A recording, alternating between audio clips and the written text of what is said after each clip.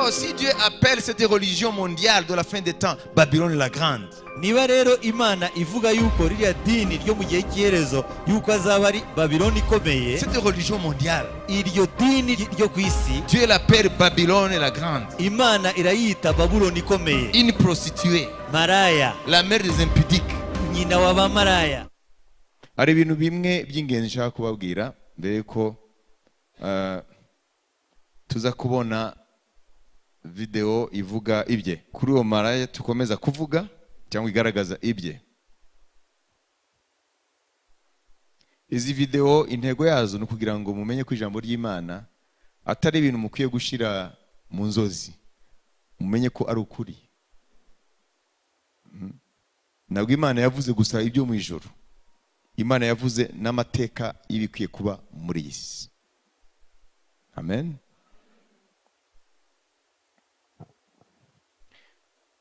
Puis un des 7 anges qui tenait les 7 coupes vint et il m'adressa la parole en disant: voici, je te montrerai le jugement de la grande prostitution qui est assise sur les grandes eaux. Hein, les grandes eaux. Donc Dieu explique tout. La parole de Dieu s'explique par elle-même. Ijambo ry'Imana ririsobanura ubwaryo. Ici on nous a parlé ce que signifient les grandes eaux. Aha rero badusobanuriye icyo bisobanuriye ari amazi menshi.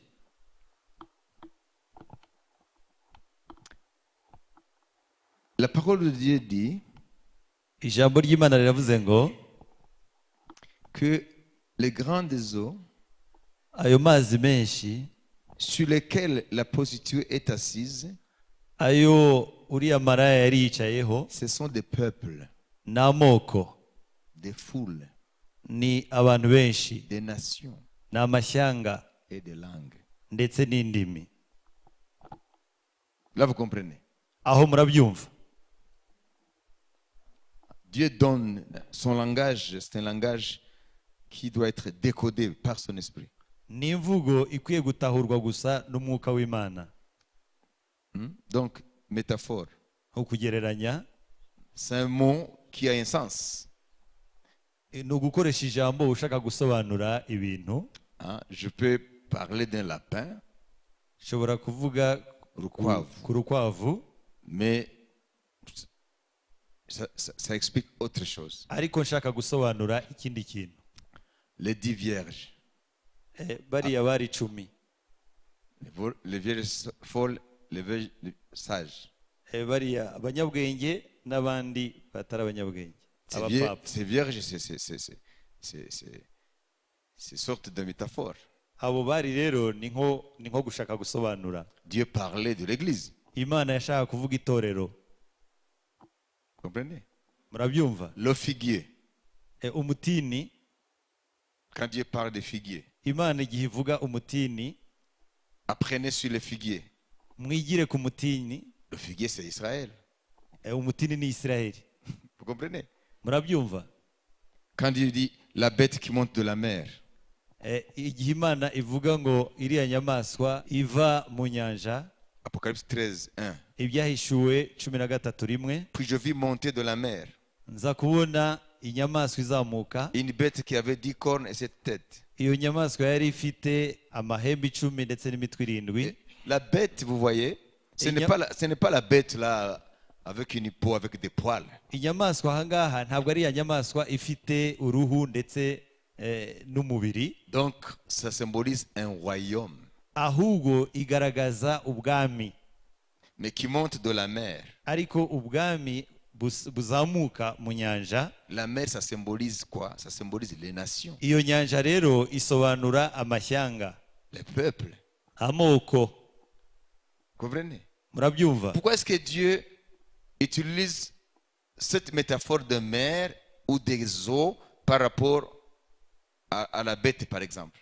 Kubera iki Imana igereranya iyo nyamaswa ndetse n'ayo mazi ku rugero? C'est parce que l'histoire des nations, elle est tumultueuse.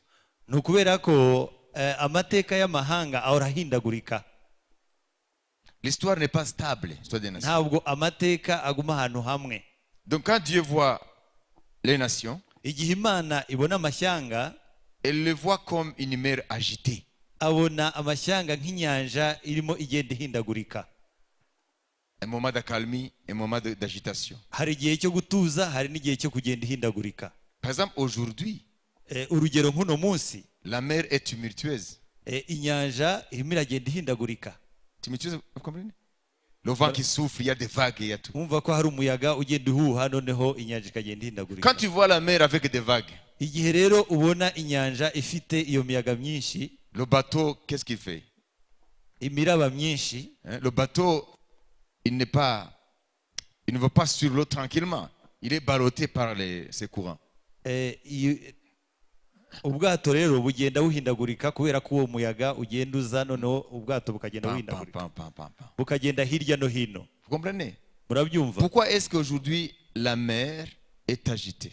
Ni ukubera iki uyu munsi wa none inyanja igenda ihindagurika ihuha hirya no hino? Si nous prenons notre monde comme une mer, nos nations, niba dufata iyi si yacu ya none nk'iyo nyanja cyangwa se ishyanga, amashyanga yacu, est-ce qu'aujourd'hui la mer est tranquille? ese uyu munsi wa none inyanja iri ahantu hamwe? Ntabwo ituje. Qu'est-ce qui te dit que la mer n'est pas tranquille? Ni iki kikubwira yuko inyanja idatuje? C'est parce qu'il y a des guerres. Ni ukubera ko hari intambara. Et là où il n'y a pas de guerre, il y a des bruits de guerre. Kandi ahantu hatari intambara hari impuha z'intambara. Donc Dieu parle des nations comme une mer. Rero Imana ivuga amashyanga nk'iriya nyanja. Parce que la mer, par définition, elle a des temps d'accalmie et des temps d'agitation. Kubera ko inyanja mu gisobanuro cyayo igira igihe cyo gutuza ariko kikagira n'igihe cyo kujyanwa hirya no hino. Rien n'est stable. Rero nta kintu n'iki na kimwe gituje dans l'histoire des nations. mu mateka y'amashyanga. Alors, la bête à 10 cornes monte de la mer. Rero ya nyamaswa ifite amahembe 10 irasohoka iva mu mazi. Ça veut dire c'est l'émergence des royaumes. Ni ukuvuga rero ngo ni ukubaho k'ubwami. L'émergence. Guhaguruka k'ubwami. Voyez? Murabibona? Donc, au 7e siècle avant Jésus, mu kinyejana cya 7 mbere ya Yesu, de la mer a émergé une bête. mu nyanja hasohotsemo hahagurutsemo inyamaswa. Donc c'est l'émergence du royaume de Babylone. Rero ni uguhaguruka k'ubwami bwa Babuloni. Oui? Murabyumva? C'est Daniel 7. Ni muri Danieli ibice 7. Et après l'émergence de la première bête, nyuma rero yuko guhaguruka kw'iyo nyamaswa ya mbere, on a vu l'émergence de la seconde bête. Twabonye uguhaguruka nanone kw'inyamaswa ya kabiri. Donc c'est dans l'histoire. Rero ni mu mateka. C'est l'émergence du royaume médo-perse. Ni uguhaguruka rero k'ubwami bw'Abamedi n'Abaperesi. 6e siècle. Hari mu kinyejana cya 6. Et après, il y a l'émergence de la troisième bête. Hanyuma haza guhaguruka noneho ya nyamaswa ya 3. Mais elle émerge d'où? Ariko se irahaguruka iva he? Elle émerge des peuples. Irahaguruka iva mu moko. Et les peuples, c'est semblable à la mer. Kandi amoko aragereranywa n'inyanja. Et la quatrième bête, hanyuma inyamaswa ya 4, elle aussi émerge de la mer. Nayo irahaguruka mu nyanja. Et l'antichrist va émerger de la mer. Kandi na antikristo nawe azahaguruka avuye mu nyanja. Donc il sera un gentil. Ni ukuvuga ngo rero azaba ari umunyamahanga. Comprenez? Murabyumva? Ça veut dire l'antichrist va être un gentil, pas un juif. Ngo antikristo rero azaba ari umunyamahanga, ntabwo azaba ari umuyuda. Mais la deuxième bête alors, ariko noneho ya nyamaswa ya kabiri, chapitre 13 verset 11, igice cya 13 umurongo wa 11, nuko mbona indi nyamaswa izamuka iva mu butaka. Aha. La seconde bête n'émerge pas de la mer mais de la terre. Inyamaswa ya kabiri ntabwo ihaguruka ivuye mu nyanja, ahubwo ivuye ku isi. Quand Dieu parle de la mer, ce sont les nations. Igihe Imana ivuga inyanja ni amashyanga. Et quand Dieu parle de la terre, il dit Israël. Igihe Imana ivuga isi ibivuga Israeli. Parce que Dieu a toujours distingué Israël des nations. Kubera ko Imana iteka ryose ihora itandukanya Israeli n'amashyanga. Alors ici, il n'y a pas de confusion. Aha rero nta rujijo ruhari. Donc la première personne qui va diriger le monde, ce sera quelqu'un qui va émerger au sein des gentils. Donc c'est ukuvuga ngo rero C'est umuntu un wa païen. mbere uzayobora isi azaba non, ari parmi les deux. muri bariya babiri azaba ari umunyamahanga ntabwo azaba ari umuyuda Et il sera secondé par kandi azafashwa quelqu'un qui va émerger n'umwe uzahaguruka d'Israël. mu bisirayeli Donc c'est lui le faux Messie. n'uwo rero mesiya w'ibinyoma Parce que la première bête émerge de la mer. kubera ko ya nyamaswa ya mbere ihagurutse ivuye mu nyanja La seconde bête émerge de la terre. iya kabiri ihagurutse ivuye ku isi Comprends ceci. umva ibi La mer, ce sont les nations, inyanja ni amashyanga sur le plan spirituel. mu buryo bwo mu mwuka Israël, c'est la terre, isiraheli ni isi sur le plan, ubutaka sur le plan spirituel. mu buryo bwo mu mwuka Il faut comprendre ça. mubyumve neza Parce que dans Isaïe, Dieu dit, les nations mugissent comme la mer. kubera ko muri Yesaya Imana iravuga ngo amashyanga arazamuka nk'inyanja Mugir, c'est vous voyez, iyo uri ku nyanja abantu bamaze kugera hafi y'inyanja, apana hafi y'ibiyaga, hafi y'inyanja za ocean, uzabona ngo arahuma n'est-ce pas? Donc Dieu dit les nations mugissent comme la mer. Imana iravuga ngo amashyanga arahinda nk'inyanja Le bruit de la mer. uko guhinda kw'inyanja Voilà. Donc rero Dieu dit que les grandes eaux sur lesquelles la prostituée est assise, ce sont les peuples, les langues, les nations. Imana iravuga Les foules. yuko ari amazi menshi uriya maraya yicayeho ntariya mashyanga niyo mbaga y'abantu benshi Et on nous parle, on dit que la prostituée, kandi baratubwira yuko uriya maraya elle porte un nom mystérieux, Babylone la Grande, afite izina ry'ubwiru Babilone ikomeye la mère des impudiques maraya w'utumaraya et des abominations de la terre. ndetse n'ibizira byo ku butaka Et nous savons que Babylone se trouve dans l'ancienne alliance. kandi turazi neza yuko Babuloni iri mu isezerano rya kera Alors, qu'est-ce qu'il vient encore faire dans le Nouveau Testament? none Babuloni igarutse gukora iki nanone mu isezerano C'est parce rishya que Dieu sait nuko Imana izi ko que les lecteurs de la Bible, izi yuko abasomyi ba Bibiliya ils vont comprendre ce que c'est Babylone. baraza kumva icyo ari cyo Babuloni. Babylone, c'était une ville idolâtre Babuloni yari umujyi usenga ibigirwamana dans l'Ancien Testament. mu isezerano rya kera. Et si Dieu appelle la femme, la prostituée Babylone, la niba grande, rero Imana yise uriya maraya Babuloni, c'est que c'est une religion idolâtre. nuko ari idini ry'ikigirwamana. Une religion idolâtre qui adore les idoles. ni idini risenga ibigirwamana. Parmi ces idoles, Muri ibyo bigirwamana il y a la reine du ciel. hariho umwamikazi w'ijuru. Dans l'ancienne Babylone, Muri Babuloni ya kera, Babylone de Nebuchadnezzar et tout, Babuloni ya Nebukadinezari, qui aujourd'hui c'est l'Irak, ariyo uyu munsi Irake, on adorait la reine du ciel qui s'appelait Semiramis. baramyaga umwamikazi w'ijuru ari we witwa Semiramis. Et on disait que c'est la mère de Nimrod. Nimrod, vous le connaissez dans Genèse, Nimrod. Bavuga yuko ari nyina wa Nimrod mu itangiriro. Nimrod, c'est le premier qui a construit une ville. Nimrod niwe muntu wa mbere wubatse umurwa. Donc l'histoire des villes débute avec Nimrod. Ukuvuga ngo amateka rero y'imirwa atangirana n'uriya Nimrod. La Bible, ta Bible dans Genèse dit que Nimrod c'était un grand chasseur. Bibiliya yawe ivuga yuko Nimrod yari umuhigi ukomeye. Et celui qui a bâti la première ville. Kandi niwe wubatse umujyi wa mbere. Donc dans le culte babylonien, rero mu gusenga kw'Ababiloni, ils adoraient Semiramis qui prétendait être la mère de Nimrod. baramyaga rero uriya Semeramisi wabaga ari nyina wa Nimrod. Et elle s'appelait la reine du ciel. kandi yitwaga umwamikazi w'ijuru. Alors, Dieu connaissant que vous allez connaître l'histoire de Babylone. Imana rero yo mu kumenya yuko twagombaga kumenya amateka ya Babuloni. Et quand il va coller l'étiquette à la prostituée du Nouveau Testament, kandi noneho ukabigereranya n'uriya maraya wo mu isezerano rishya, donc vous allez comprendre que spirituellement, c'est une religion idolâtre. muraza kubyumva rero mu buryo bwo mu mwuka yuko ari idini risenga ibigirwamana, Comme l'ancienne Babylone. nk'iriya Babuloni ya kera.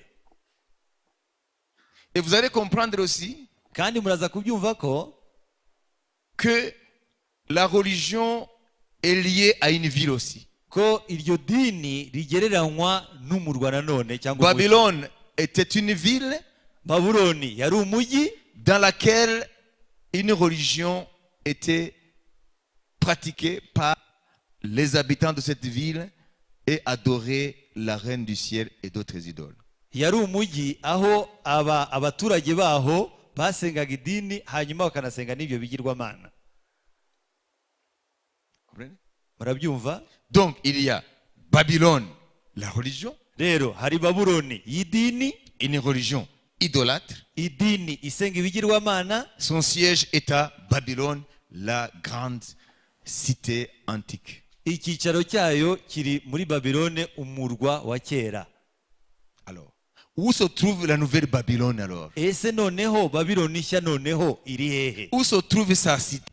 Ese icyicaro cyayo kiri he? Dieu le dit ici. Imana irabivuga ahangaha. Il dit la prostituée que tu as vue, Iravuga ngo uriya maraya wabonye qui a un nom mystérieux, Babylone la grande, ufite izina ry'ubwiru Babiloni nkuru, la mère des impudiques nyina wa bamaraya et des abominations de la terre. ndetse n'ibizira byose byo ku isi, Elle a une cité aussi. afite umurwa nawe. Et Dieu nous dit, Kandi Imana iratubwiye ngo c'est la ville qui est bâtie sur cette colline. ni wa murwa, wa mujyi wubatse kuri ya misozi irindwi. Les 7 têtes sont cette montagne sur lesquelles la femme est assise. ya mahembe arindwi ni ya misozi irindwi aho wa mumaraya wa mugore yicaye. C'est le verset 9, n'est-ce pas? Aho rero ni umurongo wa 9 Au chapitre 17. mu gice cya 17. Et au verset 18, Hanyuma ku murongo wa 18, et la femme que tu as vue, uriya mugore wabonye c'est la grande ville ni wa mujyi mukuru qui a la royauté sur les rois de la terre. ufite ubwami ku bami bose bo ku isi. Est-ce que vous comprenez? Ese murabyumva? Nous avons des vidéos. Lorsque nous allons les projeter, Dufite amashusho nituza kuyerekana, vous allez mieux comprendre le verset 18. muraza kumva neza uriya murongo wa 18. Et la femme que tu as vue, c'est la grande ville qui a la royauté, qui règne sur les rois de la terre. Wa mudamu wabonye ni wa mugore wabonye ni wa mugore ufite ubwami ku bami bose bo ku isi. La femme, c'est aussi la ville. Uriya mugore rero ni umurwa nanone. Écoutez, Mubyumve, la Babylone de l'ancienne alliance, Babuloni y'isezerano rya kera c'était une religion yari idini idolâtre. risenga ibigirwamana. D'accord? Murabyumva? Elle était aussi sa ville. Kandi yari n'umujyi wayo. Hein? Babylone, c'est une religion et c'est une ville. Kuvuga ngo rero Babuloni ni idini ariko nanone ni umujyi. Babylone, à l'époque de l'ancienne alliance, c'était la capitale mondiale d'un empire mondial qui s'appelait l'empire babylonien.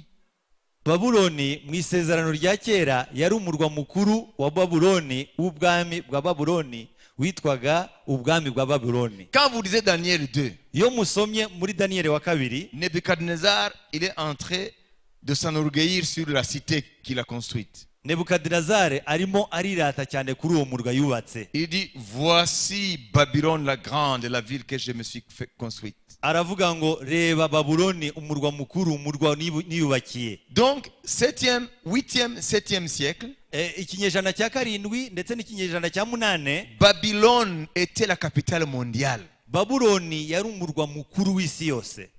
Donc, 8e, 7e siècle avant Jésus.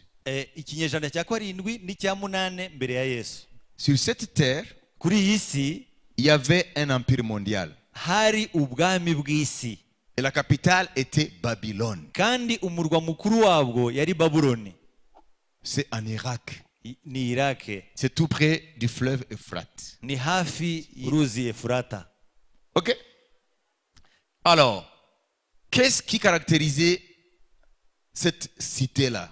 Ese ni ibiki byarangaga uwo murwa? Il y avait une religion Hari idini qui les adeptes adoraient la reine du ciel aho abayoboke baryo baramyaga umwamikazi w'ijuru et d'autres idoles. ndetse n'ibindi bigirwamana.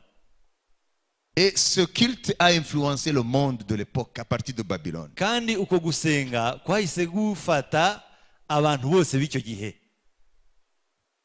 Alors, Dieu nous dit, Imana rero iratubwiye ngo vers la fin des temps, mu gihe cya nyuma rero cy'iherezo y'ibihe, ça veut dire notre époque, muri iki gihe cyacu il y aura une autre religion de dimension mondiale. hazaba nanone irindi dini ryo mu rwego rw'isi yose. Et Dieu, quand il voit la religion là, il la voit telle que Babylone, la religion de Babylone était. Kandi Imana ikubona iryo dini niko ibona ya Babylone ya kera, rya dini rya Babylone rya kera. Et puisque la religion a aussi une cité, kubera ko rero idini naryo riba rifite umurwa, la religion de l'Ancien Testament qui s'appelle Babylone, idini rya mbere ryo mu isezerano rya kera ryitwa Babuloni, elle a commencé à Babylone cité, pas Babylone empire. ryatangiriye i Babuloni nk'umurwa, ariko ntabwo ari Babuloni nk'ubwami bw'isi. Et après ça s'est étendu. Noneho rirangije rigenda ryaguka.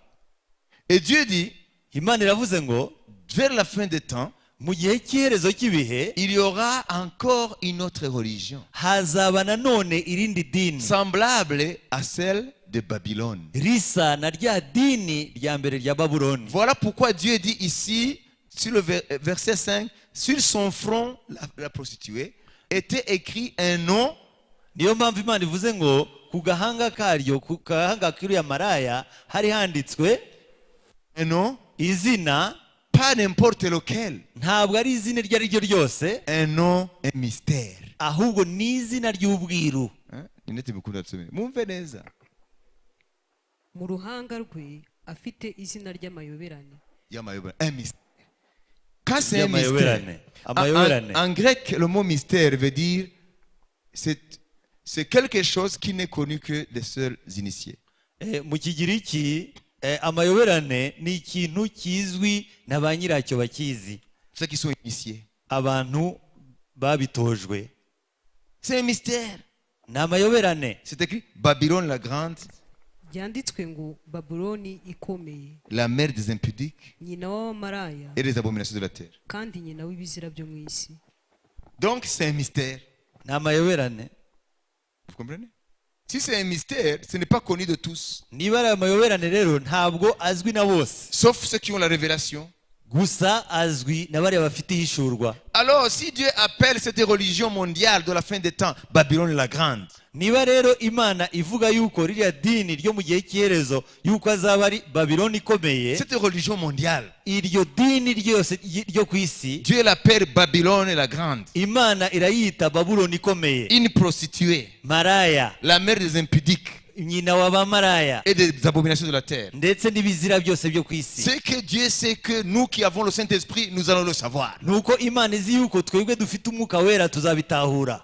Ce n'est pas ceux qui ont des PhD. Ntabwo ari abantu bafite impamyabumenyi, Non, ceux qui ont le Saint-Esprit, ahubwo abafite umwuka ceux wera, qui sont nés de nouveau, abavutse ubwa kabiri, ils vont le découvrir. abo bazabimenya. Dieu dit, référez-vous à l'ancienne Babylone Imana iravuga nti murebe kuri Babuloni ya kera, et vous allez comprendre. kandi murahita mumenya. La Babylone ancienne adorait la reine du ciel Babuloni ya kera yaramyaga uriya mwamikazi w'ijuru, et s'appelait Semiramis. kandi yitwaga Semiramisi. Hein, Semiramis, Semiramisi, la reine du ciel. umwamikazi w'ijuru. La nouvelle Babylone des temps de la fin, Babuloni rero nshyashya y'ibihe by'iherezo, elle aura aussi sa Semiramis. nayo izagira Semiramisi wayo, Et cette Semiramis aujourd'hui, kandi uwo Semiramisi w'uno munsi nous le connaissons. turamuzi Et nous allons encore le dire. kandi tugiye kubivuga nanone. Cherchons d'abord le siège, la capitale de cette religion. Nidushake icyicaro cyangwa se umurwa mukuru w'iryo dini. Dieu dit, c'est la ville qui est construite sur cette colline. Imana iravuze ngo ni umujyi wubatse ku misozi 7. Va faire des recherches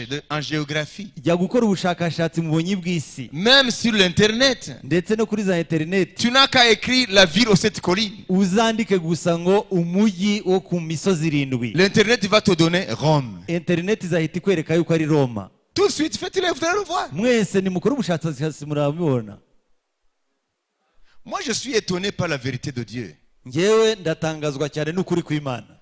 Ce que je suis en train de dire, Ibyo ndimo ndababwira, Apocalypse ibyahishuwe 17, 17 se trouve dans ta Bible il y a plus de 2000 ans. biri muri Bibiliya yawe hashize imyaka irenga 2000. Est-ce que vous n'êtes pas étonné Ese ntabwo bibatangaje par la sagesse de Dieu? ku bwenge bw'Imana? Maintenant que nous connaissons la ville de la prostituée, Ubu rero tumenye umurwa w'uriya maraya, alors allons chercher maintenant reka rero tujye gushaka dans cette ville aux 7 collines muri uriya mujyi w'imisozi 7 s'il y a une religion de dimension mondiale. niba hariho idini ry'isi yose. Elle s'appelle l'Église catholique romaine. Yitwa itorero gatolika y'Abaroma. C'est une religion bimillénaire. Ni itorero ry'imyaka 2,000. Dieu dit c'est un mystère. Imana iravuze ngo ni amayoberane. Est-ce que cette religion a une reine du ciel? Ese iryo dini rifite umwamikazi w'ijuru? Oui. Nibyo.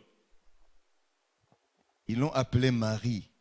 Bamwise Mariya. Mais ce n'est pas la véritable Marie. Ariko ntabwo ari wa Mariya w'ukuri. Parce que Marie, c'est une sainte, elle est au ciel. Kubera ko Mariya ni uwera wagiye mu ijuru. Et Marie n'est pas la reine du ciel. Kandi Mariya ntabwo ari umwamikazi w'ijuru. Il n'y a pas de reine du ciel. Ntabwo habaho umwamikazi w'ijuru. Il n'y a que le roi du ciel, de la terre, c'est Jésus-Christ. Ahubwo hari umwami w'ijuru n'isi ari we Yesu Kristo. Alors, cherchons encore à voir, pour voir si nous ne sommes pas trompés. Reka rero twongere turebe niba tutibeshye. Dieu a dit, Imana yavuze ngo elle est assise sur les grandes eaux.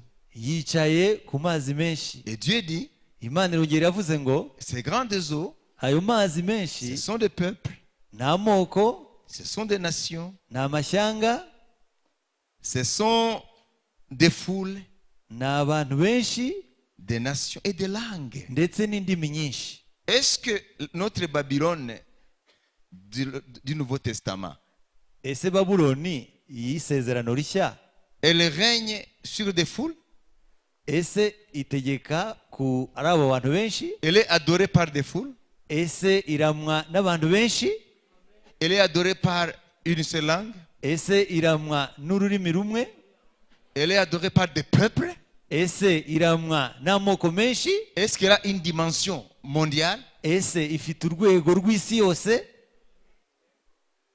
Oui, Nibyo. il y a dans le monde 1 milliard de catholiques romains. Hari ku isi yose miliyari 1 y'abakatolika romani. D'après les statistiques. Nk'uko imibare ibigaragaza. Le monde est peuplé de 7 milliards.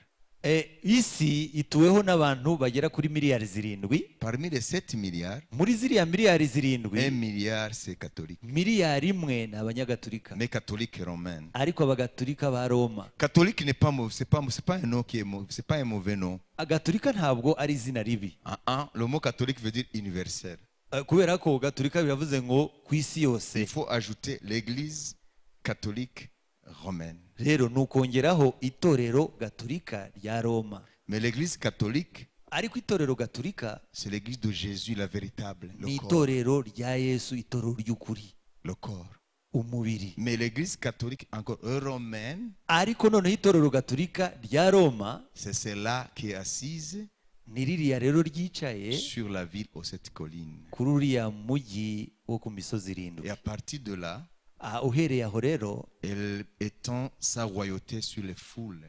akomeza yagura ubwami bwayo ku bantu benshi. C'est un royaume spirituel Rero ni ubwami bwo mu mwuka, sur les peuples, ku moko, sur les nations, ku mashyanga sur les langues. ndetse no ku ndimi nyinshi. Ça s'appelle, en d'autres termes, ryitwa nanone mu yandi magambo la puissance de la papauté. imbaraga za papa. Voilà, qu'est-ce que Dieu dit là au verset 1er? haza umwe wo muri ba bamarayika barindwi bari bafite za nzabya ndwi arambwira ati ngwino nkwereke iteka maraya ukomeye azacirwaho yicara ku mazi menshi. Amen. Ça nous l'avons vu. Tous dans le monde, nous sommes 7 milliards. Nimurebe ku isi yose turi abantu miliyari 7. Alors, plus d'1 milliard, ce sont des catholiques. Ariko abarenga miliyari 1 ni abanyagatolika. Là au verset 3. Ku murongo wa 3. Anjyana mu butayu ndi mu mwuka, mbona umugore yicaye ku nyamaswa itukura yuzuye amazina yo gutuka Imana, ifite imitwe 7 n'amahembe 10. Amen. Dieu, notre Dieu est extraordinaire. Ça doit être extraordinaire. Imana yacu irahambaye. La femme, elle est assise sur une bête. Uwo mugore yicaye ku nyamaswa. Et nous avons vu que la bête, c'est un empire mondial. Kandi twabonye yuko ya nyamaswa ni ubwami bw'isi. Pour qu'un empire soit mondial, il commence quelque part. Kugira ngo ubwami bw'isi hari aho butangirira. Et nous avons vu que la bête, Dieu lui-même a expliqué à Daniel ce que c'est la 4e bête. Kandi twabonye yuko Imana ubwayo isobanurira Danieli icyo ari cyo iriya nyamaswa ya 4. Hier nous avons vu. Ejo twarabibonye. C'était l'empire romain. Twabonye yuko ari ubwami bwa Roma. Qui a gouverné le monde. Yayoboye isi. Jésus est né sous l'empire romain. Yesu yavutse ubwami bwa Roma aribwo buyobora. Depuis le 2e siècle avant Jésus. Kuva ku kinyejana cya 2 mbere ya Yesu. Jusqu'au 5e siècle après Jésus. Kugera ku kinyejana cya 5 nyuma ya Yesu. Rome a dominé le monde. Roma niyo yayoboraga isi. 7 siècles de domination sans partage. Ibinyejana 7 iyobora nta muntu isangiye nayo. Le pouvoir de César était un pouvoir de fer. Imbaraga za Kayizori zari imbaraga z'icyuma. Et Dieu a dit que cet animal va agir avec la force du fer. Kandi Imana yaravuze ngo iyo nyamaswa izakora nk'imbaraga ifite imbaraga nk'iz'icyuma. Quand Dieu parle d'un pouvoir de fer, c'est quoi? Yo Imana ivuze ngo imbaraga z'icyuma ni iki? Vous savez, ceux qui connaissent Staline. Ese murazi abazi uwitwa Staline? Qui a gouverné l'ex-URSS. Niwe wayoboye leta z'ubumwe z'abasovieti. OK? On dit que son pouvoir était un pouvoir de fer. Bavuga yuko imbaraga se cyangwa se ubutware bwe bwari ubutware bw'icyuma. Si on dit que quelqu'un règne avec un pouvoir de fer. Yo bavuga ngo umuntu ategekanisha imbaraga nk'iz'icyuma. Ça veut dire c'est un pouvoir nukuvuga ngo ni imbaraga z'igitugu dictatorial méchant. Zirimo ubugome. Rome a dominé le monde de cette façon. Roma rero yayoboye isi muri ubwo buryo. Et Jésus est né sous ce pouvoir. Kandi Yesu yavutse ari ubwo bwami butegeka. Et Rome a chuté après 5 siècles après Jésus. Hanyuma Roma iza kugwa ibinyejana 5 nyuma ya Yesu. Mais la Bible nous dit. Ariko Bibiliya iratubwiye ngo cette bête était. Ya nyamaswa yariho. N'est plus. Ntikiriho. Et reviendra. Hanyuma izagaruka. Vous comprenez? Murabyumva? Alors, qu'est-ce qui nous dit que Jésus est à la porte? Ese ni igiki kitubwira yuko Yesu ari ku rugi? Abajya bashidikanya cyangwa bakabishyira kure cyangwa bakabikinisha cyangwa bakabibanaliza cyangwa bakabisuzugura ngo ntazagaruka. Ils sont complètement aveugles. Abo ngabo bose babihakana n'impumyi. Quel est le signe que Jésus est à la porte? Ese ni ikihe kimenyetso kitugaragariza yuko Yesu ari ku rugi? L'un des signes majeurs. Kimwe mu bimenyetso bikomeye. Il faut que nous voyions les signes de la réapparition de l'ancienne Rome. Nuko tubona ibimenyetso byo kugaruka kwa Roma ya kera. Alors aujourd'hui nous avons les signes. Kandi uyu munsi wa none turabibona.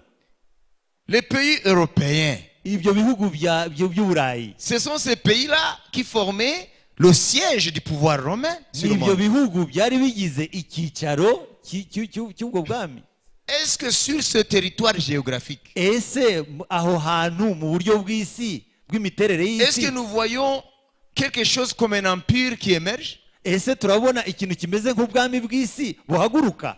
Oui, nibyo. depuis 1950, kuva mu 1950 ou plutôt 1952, cyangwa se 1952, des hommes se sont mis ensemble, ils ont signé un traité. abantu bishyize hamwe noneho baza gusinya amasezerano. Ils ont appelé cela Union européenne. hanyuma ayo masezerano baza kuyita ubumwe bw'uburayi.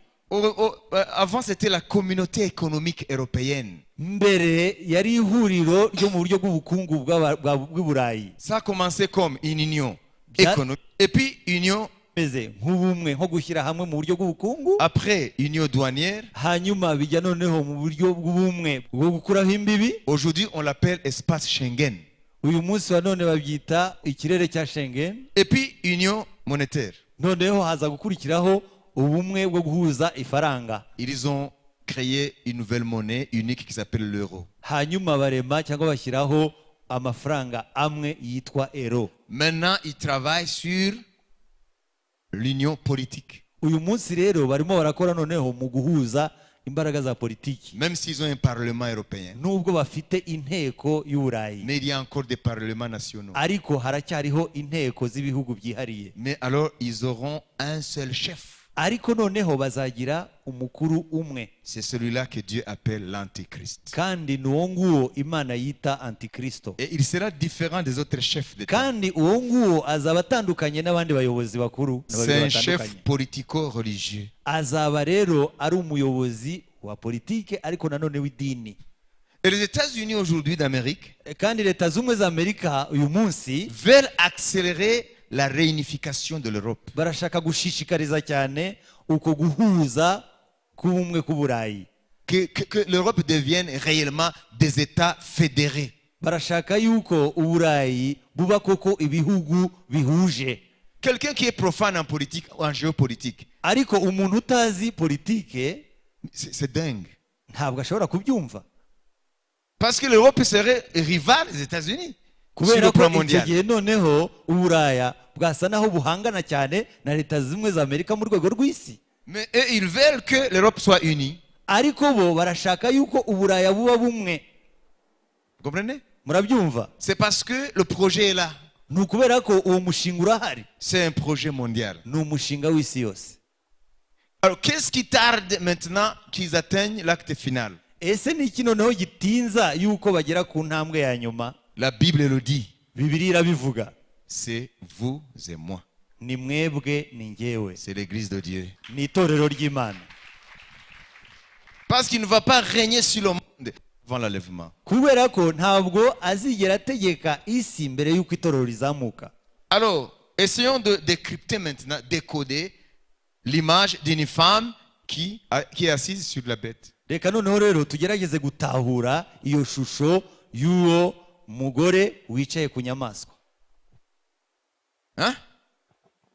Connaissant déjà la prostituée, ubwo rero tumaze La femme. kumenya rero wa mumaraya ari wa mugore, connaissant la bête sur laquelle elle est montée, hanyuma tukamenya nanone iyo nyamaswa yicayeho. maintenant nous pouvons voir quel est le message que Dieu voulait nous donner. aha rero dushobora guhita tubona inyigisho Imana ishaka kuduha. Dieu a dit ici dans Apocalypse 17, Imana yabitubwiye hariya mu byahishuwe 17. ces rois qui vont fédérer les États, abo bakuru rero bashaka guhuza izo za leta, hein, qui ont déjà commencé, mais qui ne sont pas encore arrivés à l'étape d'abandonner toute la souveraineté pour la donner à un autre. abo rero baranatangiye, usibye ko ntago bari bagera ku rwego rwo kuvuga ngo bareke ubusugire bwa buri gihugu kugira ngo bagere kuri icyo ngicyo. Mais le processus d'abandonner la souveraineté a commencé. ariko ubwo buryo bwo gutangira kureka ubusigire bwaratangiye. Reka mbabaze ikibazo. Ubugiriki ejo bundi bwarahombye abakurikira amakuru economiquement, mu buryo bw'ubukungu abakurikiye kwahunganya k'ubukungu bw'isi 2008-2009, ubugiriki bwarahombye kugeza aho abo bufitiye umwenda biriya bigo bya FMI, ikigega cy'isi yose cy'ubukungu niki, barabishuza umwenda bari bafite urenze kure umutungo w'igihugu. Wabibizi? Ibintu byose birahagarara. Kandi Ubugiriki buri mu bumwe bw'Uburayi. Okay? Kugira ngo rero igihugu cyongere kuba igihugu bagenze gute? Baravuze ngo biriya bihugu bindi nibikotize bishurire umwenda. Murabona imisoro y'Abafaransa ikajya kwishura umwenda w'abari abantu, kandi abo Bafaransa cyangwa abo Bongereza sibo bahombesheje. Eske murabyumva mubi? Cyo nyine cyabereka iyo ari byo. Mwabyumvise? Twebwe Abanyarwanda imisoro yacu tuvuge ikajya kwishura imyenda y'Abarundi cyangwa muri Kongo. Mwumva byumvikana? Musanze buri gihugu cyose gikwiye kwirengera imyenda yacu. Siko byagenze. Bavuze ngo ibihugu bindi biri mu Burayi nibyiteranye bikorera umwenda w'Ubugiriki. Ça c'est un signe que ils n'ont presque plus de souveraineté. Ni ikimenyetso rero kigaragaza yuko nta busugire bagifite. Wabyumvise se? Anibaza ngo ukizwa ngo ntaza mu ijuru. No. Ici il y a tout. Ibi byose bikugwaho ku isi ntuzi aho bivanaho bi. Ariko byose Imana yarabivuze. La prostituée c'est l'église catholique romaine. Uriya maraya ni itorero gatolika rya Roma. Pour des raisons XY qui sont là. Ku mpamvu zitandukanye ziri hariya. Dans la Bible. Muri Bibiliya. Même si je suis devant le pape. Nubwo naba ndi imbere ya papa. Je peux lui dire entre dans la Bible. Shobora kumubwira ngo twinjire muri Bibiliya. Comment est-ce qu'il va échapper? Ese ni gute azabinyuraho? Mwe musige gusanya azanyakire. Hein? OK. Et puis hanyuma la bête vous la connaissez maintenant. Inyamaswa mumaze kuyimenya noneho. C'est l'Union européenne. Ni ubwo guhura ubwo bumwe bw'Uburayi. C'est l'ancienne Rome. Niriya Roma ya kera. Qui renaît sous une autre forme. Yongeye kuvuka mu bundi buryo. Confédération des 10 nations. Ibihugu 10 bibaye. Même si aujourd'hui ils sont 27. Nubwo uyu munsi wa none ibyo bihugu ari 27. Toutes les autres quitteront à l'acte final, ils resteront 10. Ibindi bihugu byose bizavaho ku gikorwa cya nyuma, hanyuma bizasigara ari 10. L'Empire romain, uvuga ngo ubwami bwa Roma, ou les pays européens, cyangwa se biriya bihugu by'Uburayi, vont essayer de céder à la prostituée, bazagerageza guha uriya maraya leur pouvoir, ubutware bwabo, croyant la manipuler. batekereza yuko wenda barimo bamukina. Kandi ubu niko bimeze muza kubibona mu kanya.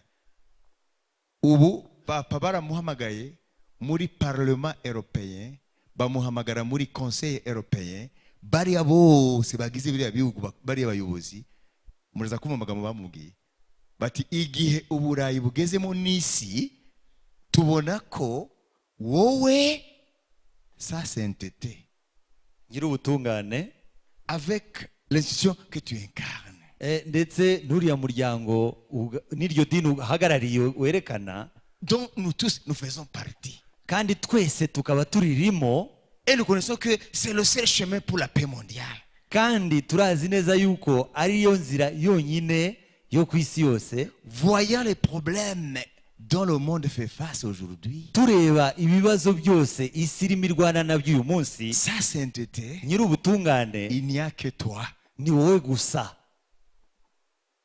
qui peut apporter la solution. Ni wowe wenyine ushobora kuzana igisubizo. La femme monte sur la bête. Urumva ko wa mugore ahise ajya kuri ya nyamaswa. Et pour un temps, les deux vont diriger le monde. Hanyuma mu mwanya runaka bariya bombi bazayobora isi. Ese ya nyamaswa ni igicucu? Ese wa mugore we ni igicucu? Umwe wese ashaka ubushobozi bw'undi. Donc la papauté veut reprendre la suprématie qu'elle avait tout au long du Moyen Âge. Ubwami bwa papa rero burashaka gufata ubutware bwari bunafite kuva na kera. C'est le moment. Ni uyu munsi rero. Parce que la bête yashobewe. Kubera ko iyo nyamaswa yashobewe. Alors il fait recours à la prostituée. Hanyuma rero agahita yisunga uriya maraya Il a dit, yavuze en réponse à leur requête, abasubiza rero ku byo bari basabye a dit, of course. nibyo koko Vous voyez un arbre. murabona igiti C'est ce qu'il a dit. nicyo yavuze La force de l'arbre, ce n'est pas la grandeur du tronc. yavuze ngo imbaraga z'igiti ntabwo ari uburebure bwacyo Ou les branches. cyangwa se amashami yacyo Mais c'est les racines. ahubwo ni imizi yacyo Alors, none si l'Europe veut reprendre son rôle mondial, niba rero uburaya bushaka gufata nanone umwanya wayo wo ku isi yose elle ne le peut pas si elle ne retourne pas à ses racines. ntabwo uburaya bushobora kubikora niba butagarutse ku mizi yabwo Et vous connaissez les racines? kandi murazi imizi yayo Ce sont les racines chrétiennes. imizi ni imizi ya gikristo Revenez à l'église nimugarukire nanone itorero et l'arbre va être costaud. hanyuma icyo giti kiraza kubyibuha Ntiyababwiye se? Umwana agaruke kwa nyina. Allez, projetez. tugiye kureba uburyo papa francis yakiriwe mu buryo budasanzwe mu nteko ishingamategeko y'umuryango w'ubumwe bw'uburayi.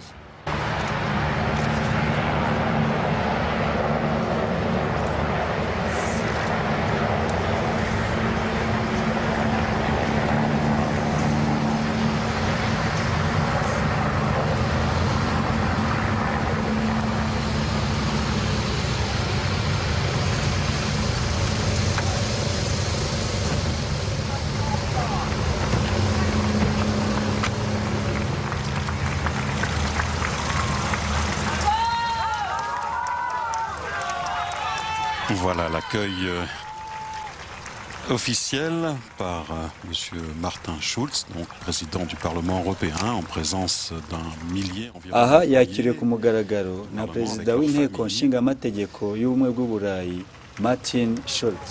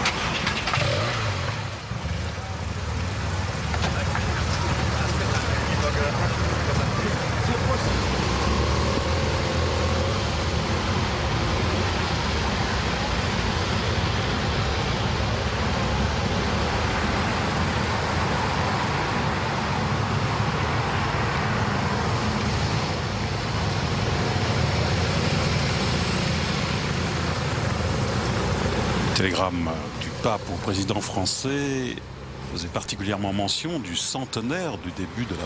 Bien que ce voyage du pape à Strasbourg ne soit pas une visite de chef d'État,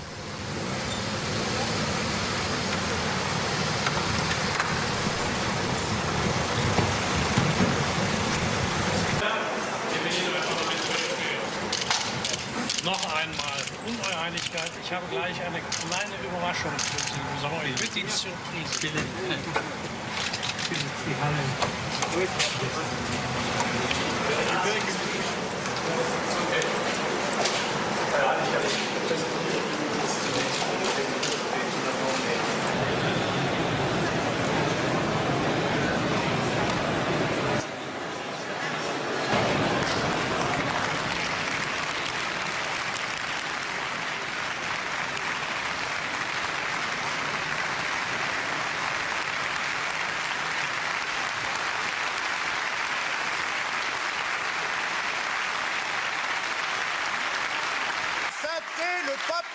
Bonsoir.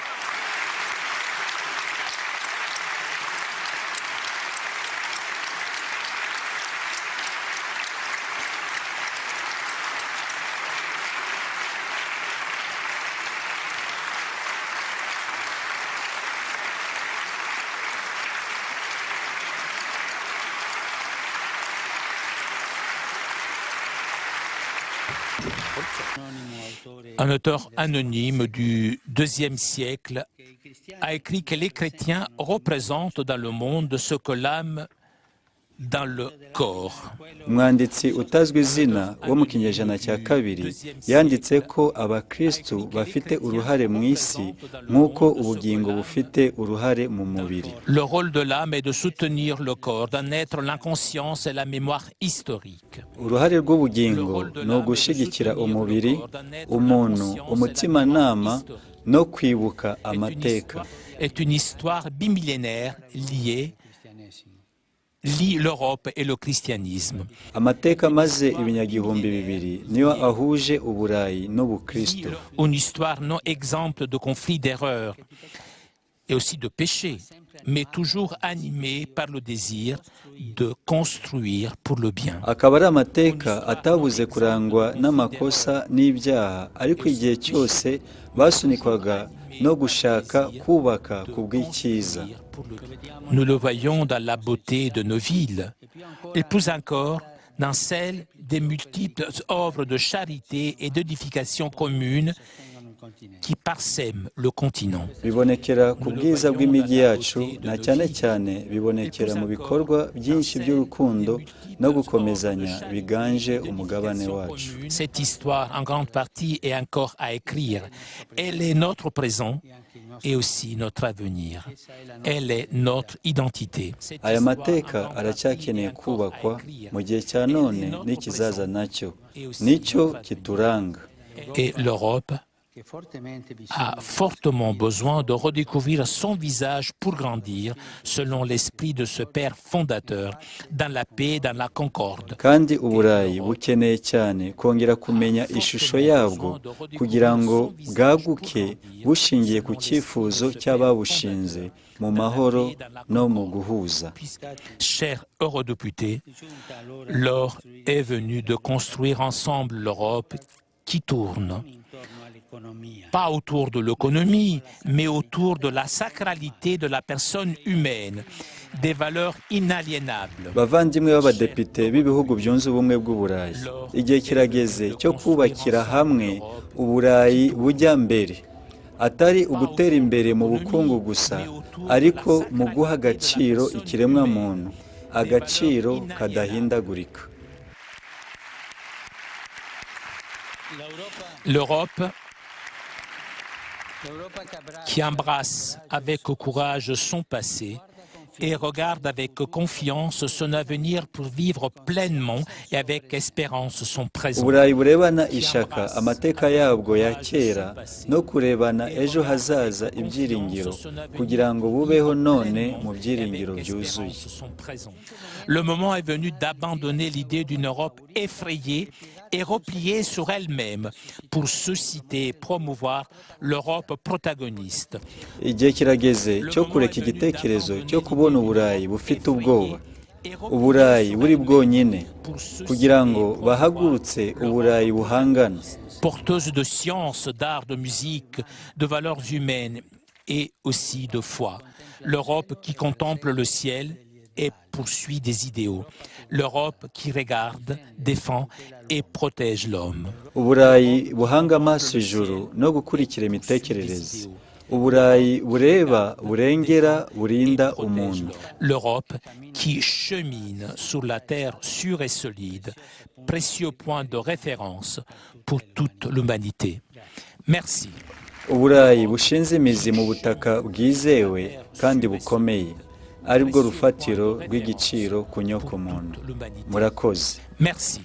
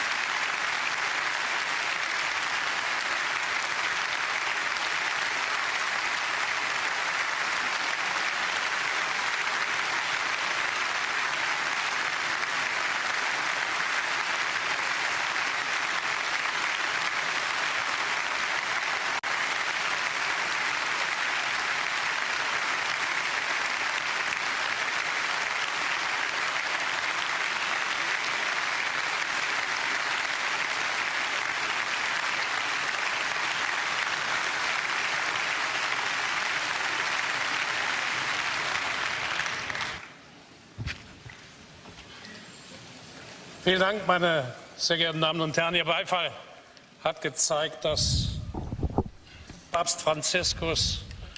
Mesdames et messieurs, merci pour cet applaudissement. Ah, cet applaudissement a montré que Pape François. murakoze ku bw'aya mashyi. Aya mashyi arerekana ku bwacu no ku bwa benshi avuze abikuye ku mutima. Vraiment, pour beaucoup de vues, pour nous tous, à parler avec son cœur. Et nous vous remercions, Saint-Père.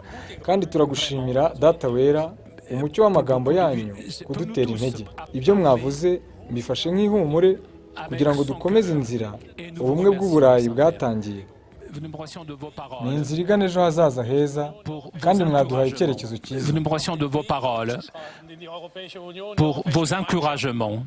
Ce que vous avez dit, je le considère un encouragement pour poursuivre sur le chemin que l'Union européenne a commencé. C'est un chemin qui conduit à un avenir positif et vous nous avez donné des indications très importantes. Je vous remercie au nom du Parlement européen et je répète, oui, vous êtes une personnalité qui peut donner des orientations dans un moment de désorientation. Et nous vous remercions aujourd'hui d'être venus aujourd'hui. Merci, Saint-Père.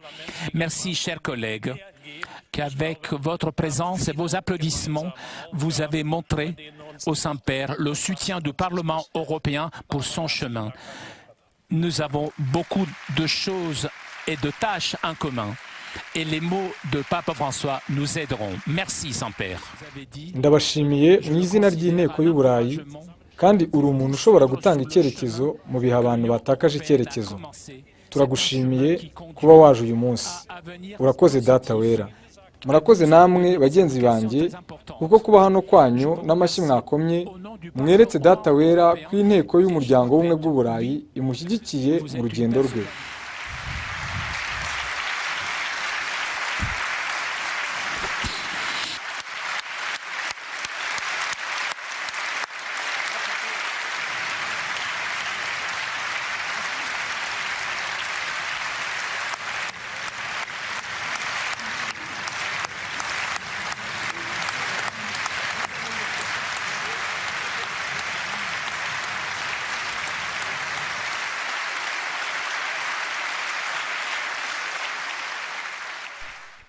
Voilà.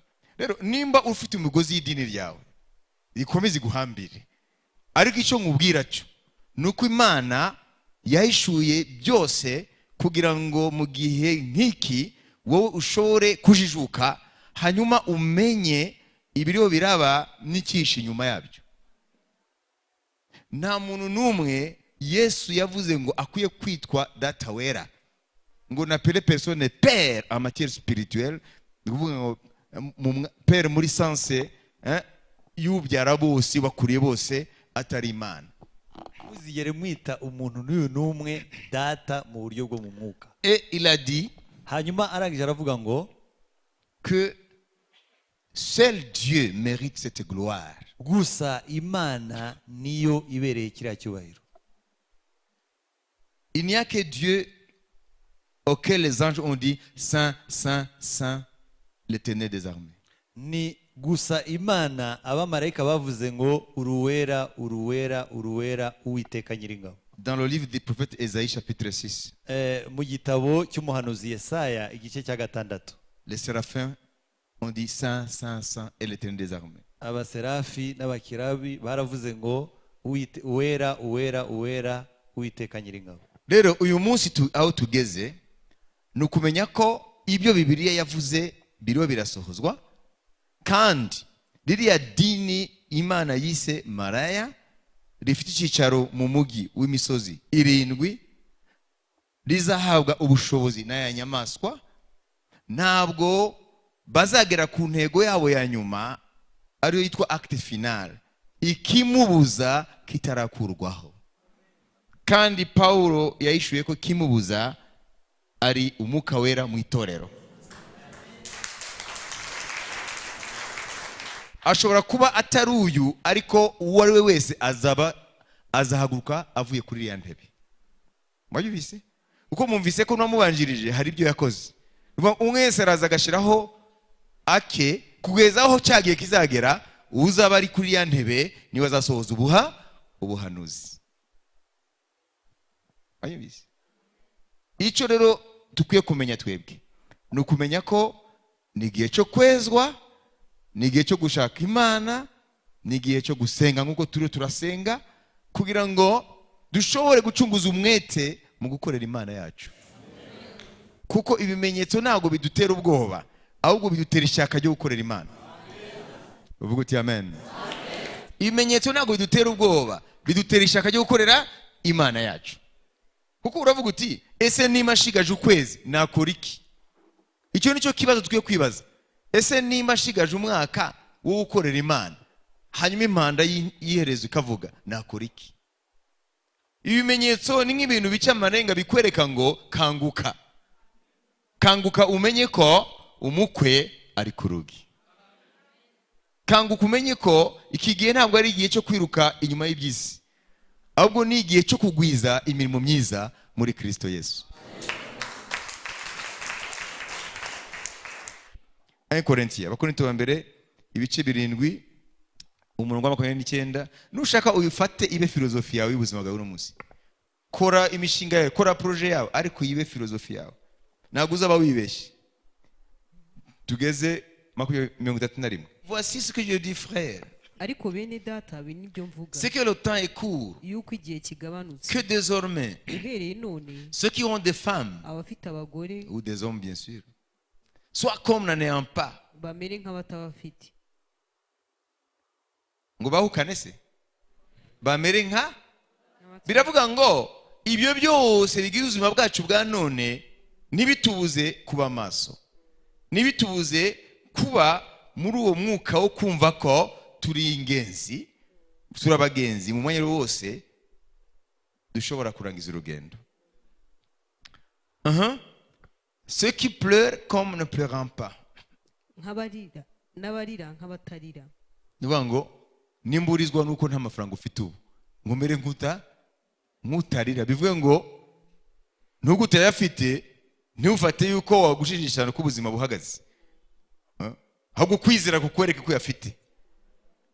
Urumva ibyatumurira byose umere nkutarira.